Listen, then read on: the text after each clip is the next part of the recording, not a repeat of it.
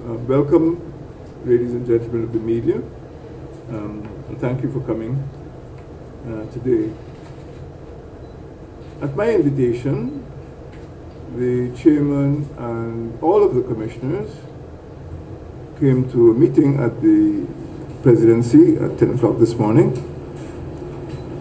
And we had a very simple agenda, and it was important in our view that we address the topic of general and regional elections, which is the concern of every Guyanese at present.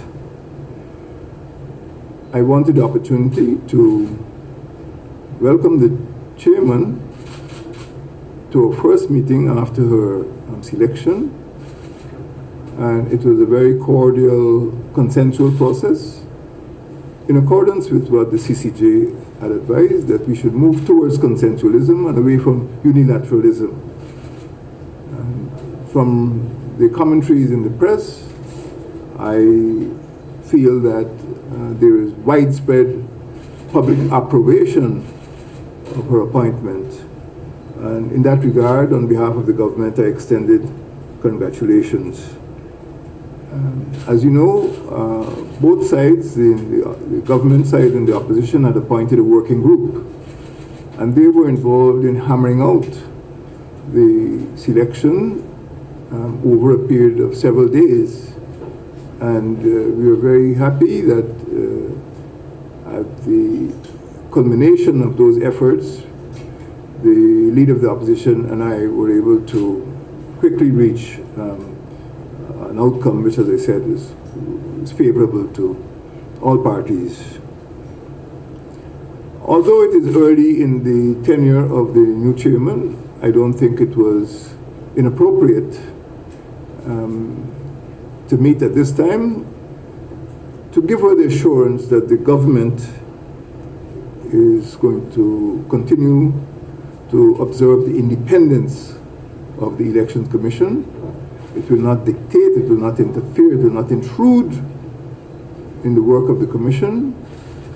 It will observe all of the roles and responsibilities of the Commission given to it by the Constitution. So at this stage, I'll ask the Director General, who was present at that meeting, to continue to brief you. It was a remarkably brief meeting, and it was a good atmosphere, and I believe that it served the purpose in giving the Commission certain assurances. Colonel Hammer? Yes, sir. I'd just like to add to what the President has said, and the President, I believe, has actually covered the meeting in its entirety, because it was a very brief meeting in which the President laid out what the government's position is in relation to credible elections, to the consequential orders of the Caribbean Court of Justice, the way forward, and the political situation in Guyana. All of these topics are covered by booklets which have been produced by the government and would have been circulated, or if not, would be circulated to the Commission. It is important to note that His Excellency the President made it very clear that the government will continue to provide all of its support necessary for the Elections Commission to execute its mandate. Additionally, the President made it clear that we were interested in early elections and in credible elections, and that the government will not dictate in any way to the Commission how they will do their work. The Commission will advise government, advise His Excellency the President on what they perceive to be the issues, and the chairman did in fact commit to having met with the full Commission at their meeting on the 15th of August, that she will thereafter communicate to His Excellency the position of the Commission. And that is what I wish to say, sir. Thank you very much. This one. Yes, sir. Yes. Thank you. I could only add that the matter is A matter is now before the Supreme Court, and the chairman of the commission obviously would want to know what the Chief Justice will say, and thereafter I expect to be in touch with the chairman and the commissioners again. So right now the government, as the Director General has pointed out, is very respectful of the role of the Elections Commission, and once I receive advice from them, from the commissioners or from the chairman of the commission, I will act on that advice, and we expect that all Guyanese will respect the independent role of the Elections Commission, and that we could proceed to general and regional elections in accordance with the work which that commission has to do. So far, that is all we have to say on what took place this morning, and we look forward to hearing from the commission in the weeks to come. Thank you very much. Sir, could you, given your last statement, could you say whether or not you're willing to accept the Chief Justice's ruling next week if it's not in favor of House to House? And in your brief meeting this morning, did the commission, or did you ask the commission about its readiness to hold polls in a 3-month time frame? No, we are not in the business of giving any direction to the commission. The chairman will advise me on the readiness of the commission. So we are not proposing any role. As far as the readiness is concerned, the commissioner, the chairman must advise me. We will provide the commission with all of the resources. We've already provided over $8 billion between November, even prior to the no confidence motion, we provided billions of dollars, and we provided again this year. So our role is just to make sure that the commission has the resources.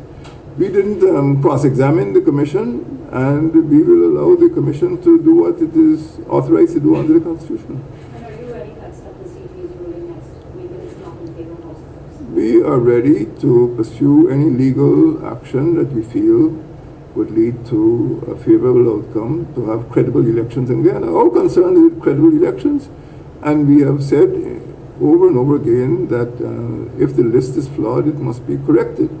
It is for the commission to say how it will correct that list. But as leader of the People's National Congress Reform, as chairman of a Partnership for National Unity, as president of Guyana, we are interested in credible elections.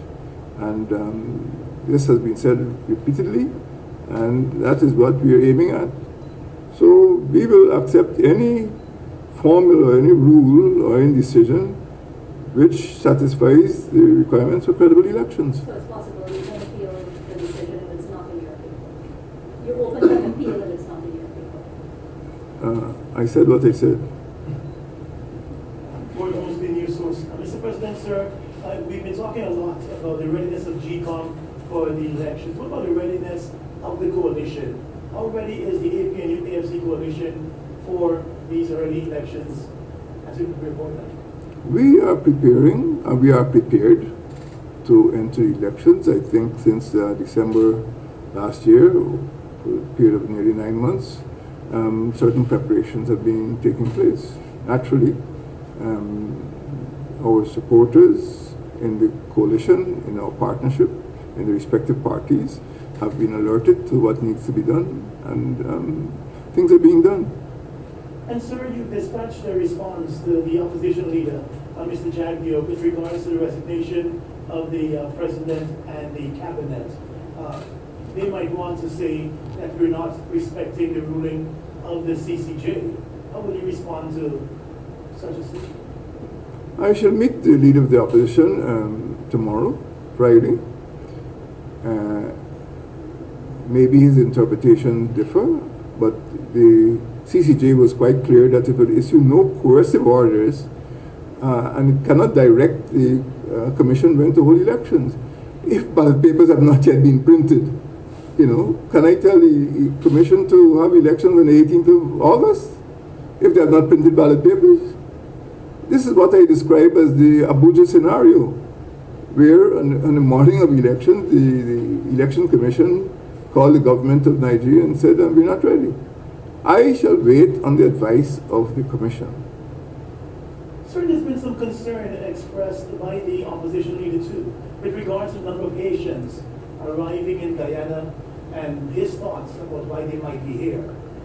We haven't heard from you about that issue, so could you? I think with that remark, the train just ran off the rails. Yeah, we'll keep it. Are you examining a December date for elections? What? Are you examining a December date for elections? There's a news report tonight. The news couldn't have come from me. We are interested in elections, in credible elections, as early as possible. Sir, but my colleague had a value question.